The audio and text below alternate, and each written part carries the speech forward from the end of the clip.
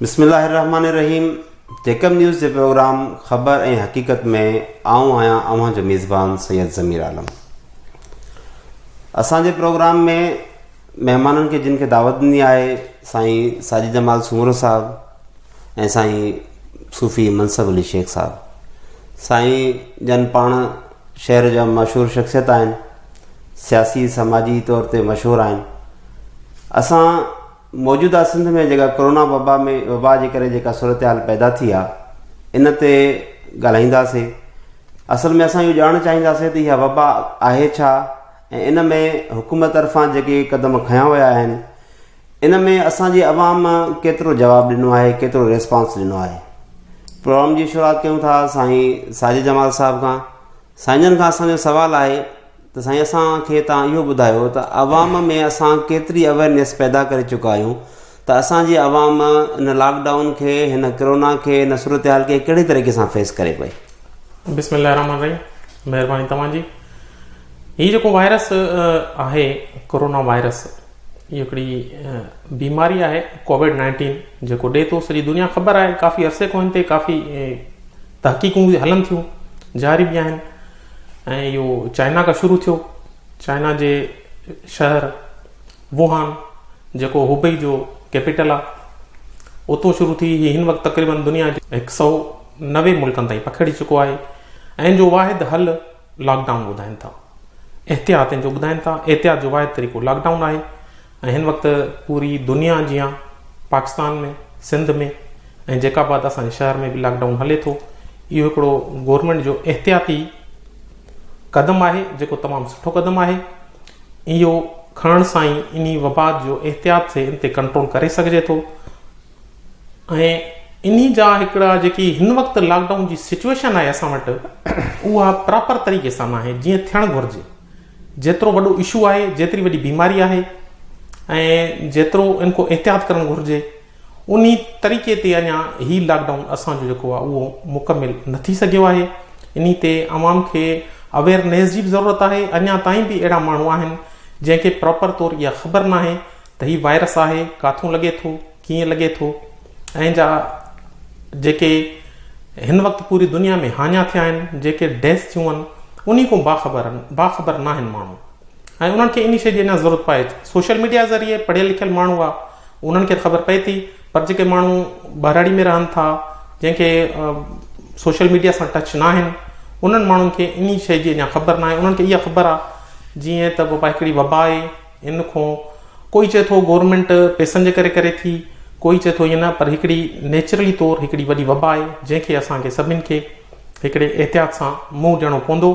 ऐं लॉकडाउन मुकमिल न थियण जा बि हिकिड़ा सबब आहिनि।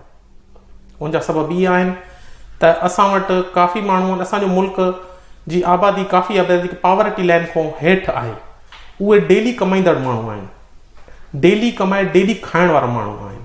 असां वटि सिस्टम ईअं आहे, हिकिड़ो माण्हू कमाईंदो आहे घर में त उनजे पोइ 8 भाती उहे खाईंदा आहिनि। ऐं जॾहिं माण्हू उहो कमाइण वारो, उनजी का बि सेविंग न हूंदी आहे, उहो डेली कमाईंदो आहे, कमाईंदो आहे, खाईंदो आहे। हाणे जॾहिं उहे माण्हू जे लाइ लॉकडाउन थी आयो आहे मुकमिल तौरु, पोइ उहे माण्हू मजबूर थिया आहिनि। उहे माण्हू मजबूर थी ॿाहिरि अचनि था, कुझु न कुझु कमकार करनि था, रक्शो हलाइनि था, रेड़ी हलाइनि था, या मज़दूरी लाइ अचनि था। उन्हनि ते असांजी गवर्नमेंट खे घुरिजे त उन्हनि खे मुकमिल फैसिलिटेट करे, जे न बि त घटि में घटि 2 सहूलियतूं आहिनि जेकी राशन जी ऐं हेल्थ जी उन्हनि खे प्रोवाइड करनि मुकमिल तौर ते। इहो गवर्नमेंट जो फ़र्ज़ु आहे ऐं उन ते ध्यानु ॾियनि। अॼु लॉकडाउन खे 5 ॾींहं या 6 ॾींहं आहे, उनजे बावजूद बि सिर्फ़ु ऐं सिर्फ़ु बयाननि, का बि हिकिड़ी अहिड़ी शइ न आहे जेकी अमली तौरु माण्हू ते पुॼी सघे। पोइ जॾहिं हिकिड़ो माण्हू घर में वेठो आहे, उन जे अॻियां बुख आहे, बदहाली आहे, उनजा ॿार रोईंदा, त पोइ उन जे अॻियां कोरोना हुजे या ॿी का वबा हुजे, उन ते को असरु न कंदी। उहो चवंदो मां कुझु न कुझु कयां, पंहिंजे ॿारनि जे लाइ मानी गब्बो कयां, मुंहिंजो चुल्हो ॿरे, इहा परेशान थिए। इन जे लाइ गवर्नमेंट खे घुरिजे त जेके कमु आहे जेको इनखे जल्द अज़ जल्द उकलाइनि ऐं उन खे हिकिड़े तरीक़ेकार तहत अहिड़ो सिस्टम करनि, या असांजा नुमाइंदा जेके आहिनि उहे उनखे अहिड़े तरीक़े ते, जीअं इलेक्शन में तरीक़े सां हिकु डोर टू डोर थींदा आहिनि, ईअं डोर टू डोर सर्वे करे माण्हुनि खे ख़ासि करे उन्हनि खे रिलीफ ॾियनि, ख़ासि करे राशन जो या हेल्थ जो उनखे फैसिलिटेट करणु। इहो गवर्नमेंट जो कमु आहे। गैर संजीदा रवैया जेके माण्हुनि जा असांजे साम्हूं आया आहिनि, जिन में इंतिज़ामिया बि शामिल आहे, जिन में आम माण्हू बि शामिल आहे। तव्हां हिकु सियासी पार्टी पाकिस्तान पीपल्स पार्टी खे रिप्रेज़ेंट कयो था, तव्हां असांखे इहो ॿुधायो त इन गैर संजीदा रवैयनि में जो ज़िम्मेवार केरु आहे? आया हितां जी ज़िलई इंतिज़ामिया जी ज़िम्मेवार आहे, सियासी जमायतूं ज़िम्मेवार आहिनि, या हितां जो जेको जिंद अवाम आहे, छा उहा गैर संजीदगी सिर्फ़ु उन्हनि जो ई क़सूरु आहे या उन्हनि जे तरफ़ां थी वञे, या मजमूई तौर ते जेका सूरत हाल आहे उन में असांजे सभिनी जो हिन में अमल दख़ल आहे? छो त हिन वक़्त ताईं जेका सूरत हाल बीठी आहे त असां वटि संजीदगी नज़र नथी अचे किथे बि। तव्हां हिन बारे में छा ॿुधाईंदो? बिस्मिल्लाहिर्रहमानिर्रहीम। मां थैंकफुल आहियां जेका चैनल्स वारनि जो जंहिं मूंखे मदद कयो।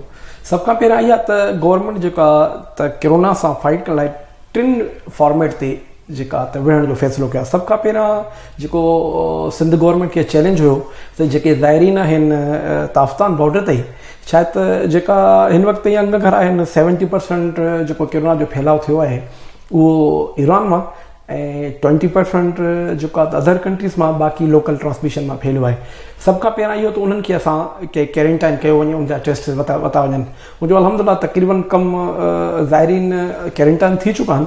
उनखां बाद असांखे इशू हुयो त असांजे मुल्क में अ लॉट ऑफ लैक जेका त इन जी वेंटिलेटर्स जी आहे, उन सां फाइट करणो। उन खां पोइ मास्क जा इशू हुया, ऐं काफ़ी ॾिसो था त असांजे लोकल जेके बिज़नेस कम्यूनिटी सां रिलेटेड माण्हू आहिनि उन स्टाक बि करे छॾिया आहिनि। इहो बि इशू ज़रूरु आहे। ऐं थर्ड फेज़ हुयो त आवाम खे जीअं अदे साजिद जमाल फरमायो त राशन डोर टू डोर पहुचाइण। We have manage, we have a lot of plans त असां इनशाअल्लाह जेको राशन जो जेको तरीक़ेकार आहे, मीर एजाज़ ख़ान जखणी सां डेली वेजिस ते असांजी मुलाक़ातूं ऐं कचहरियूं थियनि थियूं। मीर साहब इहो प्लान कयो आहे त इनशाअल्लाह मोर देन 90% इहो ट्रांसपेरेंट हूंदो। ऐं असां जंहिं डिस्ट्रिक्ट सां तालुक़ु रखूं था, लॻभॻि हीअ डिस्ट्रिक्ट 11.5 खां 12 लख आबादी जो डिस्ट्रिक्ट आहे, ऐं 40% जेके माण्हू आहिनि उहे गुरबत जी लकीर जे हेठि आहिनि। ऐं असांजी कोशिशि आहे त असां इहो ट्रांसपेरेंट बहितरीन तरीक़े सां जेको आहे त कमु सर अंजाम ॾींदासीं, ऐं माण्हुनि खे सिहत ऐं ख़ासि तौर ते जेको आहे त राशन जी सहूलियत मुहैया कंदासीं। ऐं बाक़ी जंहिं हिसाब सां अदे साजिद ॻाल्हि कई त माण्हुनि खे अवेयरनेस कान्हे कोरोना जे हवाले सां। हिकु त काफ़ी माण्हू ज़ाइफ़ अक़ीदा जा शिकार आहिनि, काफ़ी माण्हू कोरोना खे कुझु सम्झनि नथा। असांखे लेसन वठणु घुरिजे। इटली असांजे साम्हूं एॾो वॾो मिसाल आहे। ऐं हींअर ई सुबुह जेको आहे त मूं स्टडी कई न्यूज़ पेपर, उन में लिखियलु हो त हिन वक़्तु सभ खां वॾी थ्रेट अमेरिका आहे। ॾिसो न, America one of the richest country in the earth, उते सहूलियतूं बि आहिनि। लॻभॻि 1.5 लख वेंटिलेटर्स आहिनि। असां वटि पाकिस्तान में जेका PM साहब पोज़ीशन ॿुधाई त 1500 वेंटिलेटर आहिनि, जंहिंमां 50% जे लॻभॻि जेके आउट ऑफ ऑर्डर आहिनि। असां लाइ तमामु पैनिक कंडीशन आहे। बहरहाल सिंध गवर्नमेंट तरफ़ां मां इन हवाले सां ॿराए कान्हे त मुराद अली शाह ॾाढा बहितरीन स्टेप्स आहिनि, जंहिंखे न सिर्फ़ु सिंध या पाकिस्तान या एशिया बल्कि दुनिया में मञता मिली आहे। ऐं होपफुली त मीर एजाज़ ख़ान जखराणी जॾहिं खां पहिरें ॾींहुं इहो इशू थियो आहे तॾहिं खां वठी हिते ई आहिनि, ऐं 24 आवर मॉनिटर कनि पिया जेके बि इशूज़ आहिनि। इन ते इनशाला असांजो गॾियल रोड वर्क आहे। ऐं असां इनशाला त जेकाबाद जी आवाम खे अॻे बि कॾहिं मीर एजाज़ ख़ान जखराणी ऐं उनजी टीम मायूस न कयो आहे, पोइ खणी उहो सैलाब हुजे या ख़ुदकश हमलो हुजे। इनशाला कोरोना सां असीं हिमत वारा आहियूं, सिंधी माण्हू ऐं पाकिस्तानी ख़ासि तौर ते जेकाबाद जा माण्हू। इनशाला असां इन फाइट में कामयाबी हासिलु कंदासीं। जीअं तव्हां चयो त पूरी दुनिया हिन वक़्तु हिकिड़ो अलमे मां गुज़रे पई, तमामु घणियूं अमवात थी चुकियूं आहिनि ॿियनि मुल्कनि में। असां वटि अहिड़ी कोई ख़ासि सहूलियत न आहिनि, वेंटिलेटर्स न आहिनि। साईं, वेंटिलेटर्स जी ज़रूरत ज़रूरु आहे, पर उन सूरत में जॾहिं असांजी वबा, जॾहिं असां वटि के डेथ केसिस वधीक थियनि। पर हिन वक़्तु जेको असांजे लाइ वॾे में वॾो मसइलो इहो आहे त लॉकडाउन खां पोइ ग़रीब ॾिहाड़ी कमाइण वारा माण्हू तमामु घणा मुतासिर थिया आहिनि। हाणे जेकॾहिं उहे माण्हू घर वेठा आहिनि त आख़िर पंहिंजे बचनि खे छा खाराइनि। हाणे हिन वक़्तु ताईं अञा ताईं को मुनज़िम तरीक़े सां, बाज़ाब्ता तरीक़े सां अहिड़ो को कमु शुरू नाहे थियो जो माण्हुनि खे घर वेठे को राशन पहुची सघे। सो हाणे ज़रूरत हिन वक़्तु इन ॻाल्हि जी आहे त फौरी तौर ते उन्हनि खे प्लान त ठहनि था, पर इन्हनि प्लान ते अमल दरामद कॾहिं थींदो? इनशाला आई थिंक त शायदि अॼु या वधि में सुभाणे ते डिप्टी कमिश्नर जेके आहिनि ज़िलनि जा, उनजे अकाउंट्स में पैसा अची वेंदा। ऐं असां वटि प्लान आहे, असां उन ते इनशाला जेतिरो जल्द थी सघियो त माण्हुनि खे ख़ासि तौर ते राशन जी डेस्परेट नीड आहे। ज़ाहिर सी ॻाल्हि 8 ॾींहं थी विया आहिनि, काफ़ी माण्हू हैंड टू माउथ आहिनि, रोज़ कमाए रोज़ खाइण वारा आहिनि, उन सां तमामु वॾो इशू आहे, पैनिक इशू आहे। ऐं इनशाला होपफुली मां तव्हांजे चैनल जे तवासुर सां अर्ज़ु थो कयां त इनशाला within 2 or 3 days we will provide. ऐं इनशाला असांजी कोशिशि आहे ऐं वी हैव प्लान त असां डोर टू डोर, छाकाणि जीअं रश बि न थिए, ईअं न थिए जो राशन ॾियण जी वजह खां अञा वधीक बीमारी जो फैलाव थिए। ऐं इनशाला असां ट्रांसपेरेंट रखंदासीं। असांजो प्रोग्राम इहो ई आहे त असां नाइट में डोर टू डोर पंहिंजे हथनि सां पहुचाईंदासीं सीधो। ऐं कोशिशि इहा आहे त हर घिटी जा मोज़ीन या काउंसलर हज़रात जेके आहिनि उहे बि असां सां कॉन्टेक्ट में आहिनि, ऐं हर घिटी मां मोज़ीन खां असां लिस्ट तयारु कराईंदासीं त बाबा हिते कहिड़ा ग़रीब रहनि था जेके इंतिहाई ज़रूरतमंद आहिनि। ऐं होपफुली त मीर एजाज़ ख़ान जखरणी CM सिंध सां बि कल्ह जी ॻाल्हि थी आहे त असांजे ज़िले में ॾाढी गुरबत आहे, ऐं होपफुली आहियूं त असां सिंध गवर्नमेंट जो टोटली सहकार आहे। ऐं इनशाला अल्लाह कंदो त असां माण्हुनि ते राशन ट्रांसपेरेंट पहुचाइण में कामयाबु थी वेंदासीं। साईं साजिल जमाल साहब, असांखे तव्हां इहो ॿुधायो त जॾहिं हीअ वबा जंहिं मुल्क में फैलंदी आहे या जिते मरीज़ मुतासिर थींदा आहिनि त उन्हनि मरीज़नि खे करंतीना कयो थो वञे, त असांजा ज़िले जा चूंडियल नुमाइंदनि कुझु फॉर्म ते इहा ॻाल्हि कई आहे त बाबा इहो असांजे तालुके में या असांजे शहर में करंतीना सेंटर क़ाइमु करणु न छॾींदासीं। इन खां ख़ौफ़ छो आहे? जेतिरे क़दुरु असांजो ख़्यालु आहे त हिकिड़ो तव्हांखे रेस्क्यू करण जो हिकिड़ो सेंटर तयारु थिए थो। ख़ुदा न करे जेकॾहिं असां वटि के केसिस थियनि था त उहे जेकॾहिं फौरी तौर ते पंहिंजे ई शहर में पंहिंजी ई सराउंडिंग में जेकॾहिं त उन्हनि खे असां करंतीना कंदासीं, उन्हनि खे जेको आहे त उन्हनि हंधनि ते पहुचाईंदासीं, त मां सम्झां थो इहा हिकिड़ी तकलीफ़ वारी सूरत हाल घटिजी सघे थी। त माण्हू असांजा ख़ौफ़ज़दा आहिनि त असांजे शहरनि में त जीअं मुबारकपुर जो मिसाल आहे, उतां जे ॻोठ जे माण्हुनि जेको आहे मुखालिफ़त कई त असांजे ॻोठ में सबका जेको इदारो आहे उनखे तव्हां करंतीना न कयो। ठुल जे माण्हुनि जेको आहे त दाऊं कयूं था असांजे शहर में, असांजे भरिसां किथे बि तव्हां माण्हुनि खे इहो ख़ौफ़ छो आहे? जॾहिं त माण्हू उन्हनि हिदायत डायरेक्शन्स ते अमल नथा कनि त इहो करंतीना सेंटर शहर में जो क़ाइमु थिए थो उन में का ग़लति ॻाल्हि आहे छा? तमामु बहितरीनु ॻाल्हि कई आहे तव्हां। इहो हिकिड़ो ख़ौफ़ असां वटि वेहिजी वियो आहे त बाबा उहे करंतीन इन जे लाइ चवनि पिया त शायदि उतां जे ॿाहिरां जेके ज़ाइरीन अचनि था या ॿियनि इलाइक़नि जा जेके माण्हू अचनि था उन्हनि खे हिते स्टे थींदो। इन जे लाइ लास्ट टाइम मां हिकिड़ी ख़ैर न्यूज़ बि किथां मुंहिंजी अखियुनि जे अॻियां गुज़री त हिते आयो हुते कंहिं माना इंटरफेरेंस थिए न थिए जीअं कंहिं माण्हू जी। पर हिकिड़ी मां अगरि तव्हांखे तव्हांजे चैनल जे तवसत सां हिकिड़ी ॻाल्हि ॿुधाईंदो हलां त हर शहर में, हर इलाइक़े में, हर ॻोठ में करंतीना हुजणु घुरिजे। छो जो करे जीअं तव्हां मुख़्तलिफ़ प्लेटफॉर्म ते तव्हां डिमांड कंदा हो त असां वटि लाइक जीअं जिम्स आहे उनमें असांजी एमरजेंसी हुजे, असां वटि NICVD हुजे, मुख़्तलिफ़ इस्पतालूं असां वटि हुजनि जीअं ख़ुदा न ख़्वास्ता को जो पेशेंट अचे त उनखे असां उते फर्स्ट एड करे सघूं, उनखे असां उनखे रिलीफ ॾेई सघूं, उते माण्हू मौजूदु जेके हूंदा। ऐं तव्हां मिसाल सोचो त अगरि तव्हां वटि हिते अहिड़ी का NICVD जो जीअं चेस्ट पेन सेंटर खुलियो आहे, अगरि न हुजे हा त इहे माण्हू हितां सखर पुॼण में घणी लेट लॻी आहे। थी सघे त उन्हनि खे जॻह हुजे या न हुजे, इन लाइ इन्हनि माण्हुनि खे इहा अवेयरनेस, इहा ॻाल्हि दिमाग़ी तौरु सोचणी पवंदी त करंतीना सेंटर आहे इहो लाइक आहे हिकिड़ो केयर यूनिट आहे जिथे जेको पेशेंट अगरि उनखे ख़ुदा न ख़्वास्ता काथे सिम्टम्स आहिनि या उहो उन शइ में मुब्तला आहे त उनखे फौरी उते दाख़िल करायो वेंदो जीअं उहो माहौल खां परे थी सघे ऐं उनखे उते उहा फर्स्ट एड मिली सघे, उनजी सही नमूने सां चकास थी सघे त आया इन शइ में उहो आहे न आहे। माण्हुनि खे जेके चूंडियल नुमाइंदा आहिनि उहे इन शइ जी मुखालफ़त करणु लॻा आहिनि त असांजे इलाइक़े में करंतीन न थिए, करंतीन सेंटर न थिए। उन्हनि खे शायदि इहो आहे त माण्हुनि जी जेकी नफ़सियात आहे उन्हनि इहा ॻाल्हि सम्झनि था त अगरि असां करंतीन हिते इन जी फेवर कईसीं त इहो सुभाणे असांजा माण्हू असांजे ख़िलाफ़ु थी वेंदा। अहिड़े क़िस्म जी ॻाल्हि न आहे। तव्हां पंहिंजे माण्हुनि खे अवेयर कयो त इहा हिकिड़ी लाइक हॉस्पिटल आहे जीअं NICVD आहे या जीअं SIUT आहे, उनमें बि ईअं हूंदो आहे। ज़रूरत न आहे अगरि NICVD हर माण्हू खे वञी तव्हां उते दिलि जूं दाख़िल कराओ, पर इहो करंतीना सेंटर ई आहे। अगरि कंहिंखे ख़ुदा न ख़्वास्ता अहिड़े क़िस्म जी का बि इशू थिए थो तव्हां उनखे करंतीन कंदव, आइसोलेटेड कंदव ऐं माण्हू जो उते सही नमूने सां चकास थींदी ऐं उनजो फैलाव बि रोकिजी सघिबो ऐं उनखे जल्दी फर्स्ट एड मिलंदी ऐं उहो रिकवर पेशेंट थी सघे थो। इहो असांजे नुमाइंदनि जो, असांजे जेके बि सोशल वर्कर्स आहिनि या असांजा जेके चैनल आहिनि या जेके असांजी ख़बरूं आहिनि उहे ॾियनि त इहो कर्तिन सेंटर का एॾी ग़लति ॻाल्हि न आहे, हिकु तमामु सुठी ॻाल्हि आहे ऐं इन ॻाल्हि अगरि किथे खुले थो त इहा तमामु बहितरीनु ॻाल्हि आहे, उनजी सपोर्ट करणु घुरिजे। मुंहिंजे ख़्याल में अहिड़ी क़िस्म जी का बि ॻाल्हि न आहे जो हिकिड़ी अहिड़ी वबा आहे जो कर्तिन सेंटर जे रखण सां उहो उतां वायरस निकिरी ईंदो, भॼी ईंदो ऐं अची सॼे शहर खे लॻंदो। ईअं न आहे।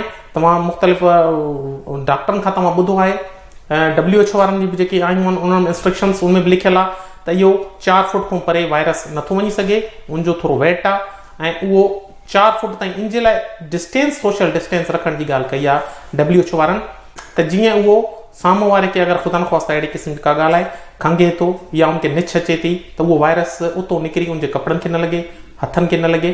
बाक़ी उनखां वधीक उनजी का बि रीच न आहे, 4 फुट खां वधीक उनजी का बि रीच न आहे ऐं उहो 4 फुट खां पोइ जॾहिं अगरि कोई थींदो ज़मीन ते किरंदो, ज़मीन ते उनजी हयात न आहे, उनजी मौत आहे। लिहाज़ा उहो घणो जेको अटैक करे थो उहो कपिड़नि ते करे थो, जेको छिकनि था माण्हू 4 फुट ताईं उनजी रीच न आहे, वज़न में थोरो ॻोरो आहे, उहो हवा में नथो उॾामी सघे। इन लाइ कर्तिन सेंटर जी जेके नुमाइंदा आहिनि असांजा उन्हनि खे हिमायत करणु घुरिजे ऐं स्पेशली तौरु एफर्ट्स वठी उते इहे शयूं क़ाइमु करणु घुरिजनि। भले शक ख़ुदा न कंदो को कंहिं बि शहर में या को बि इलाइक़े में को अहिड़ो पेशेंट हूंदो, जे उहो पेशेंट अचे त उहो काॾे वञे, कहिड़े सेंटर में वञे। इन जे लाइ उहो कर्तिन सेंटर इन जे लाइ स्पेशली उहो टेम्पररी बुनियादनि ते उहे जीअं ठहिया आहिनि दुनिया में, हिते बि ठहण जी असां जेके आहिनि उहे ठहणु घुरिजनि ऐं इहा ॻाल्हि माण्हुनि खे सम्झणु घुरिजे।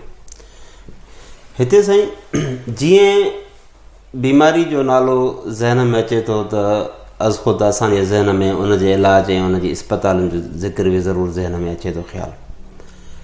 त असां वटि सिविल हॉस्पिटल जा हाल तव्हां ॾिठा आहिनि, हुन में जेको आहे त हिन वक़्तु डॉक्टरनि जी तमामु घणी खोट आहे, पर असां वटि हिकिड़ो वॾो इदारो जिम्स मौजूदु आहे जंहिंजी अरबे रुपए जी लागत सां हिकिड़ो इदारो तयारु थियो आहे, त उनजो हिन वक़्तु किरदारु सवालिया बणिजी वियो आहे।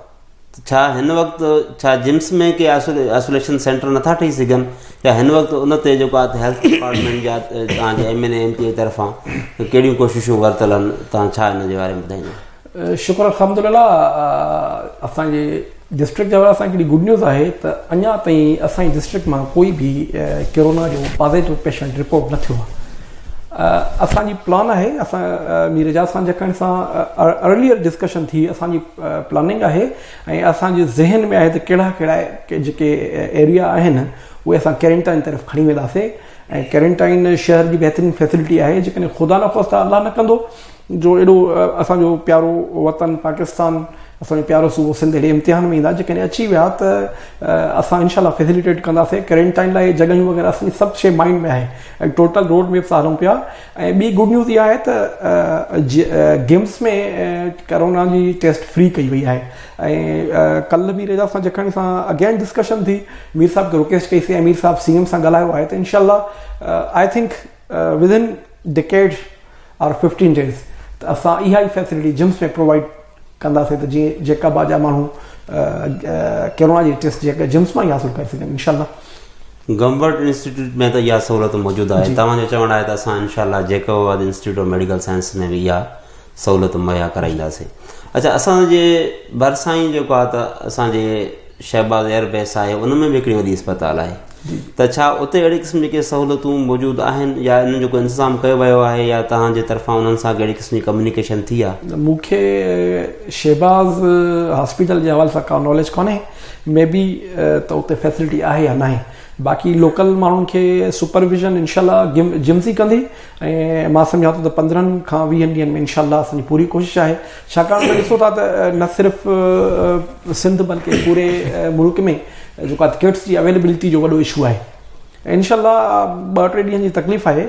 कल्ह बि हिकिड़ी खैब चाइना खां जेका गिफ्ट मिली आहे सिंध गवर्नमेंट खे, उनमें काफ़ी सारा जो इक्विपमेंट्स आहिनि ऐं इनशाला जॾहिं टेस्ट जी किट्स अची वेंदियूं त इनशाला कोशिशि आहे त असां जल्द खां जल्द इन सूबे इन मुल्क खे इनशाला कोरोना वायरस खां जेको आहे त जान छॾाए करे इनशाला असां पाकिस्तानी ॾाढा मज़बूत आहियूं ऐं मुस्तहकम आहियूं ऐं अल्हम्दुलिल्लाह असां वटि मुख़ैर हज़रात बि ॾाढा आहिनि जेके ताउन बि कनि पिया इनशाला।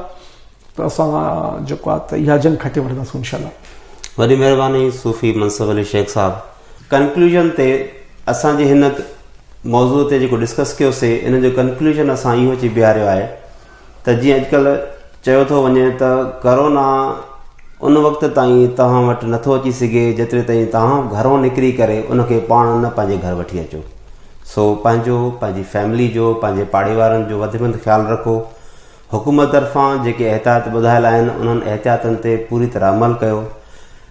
ॾिसंदा रहो जेकब न्यूज़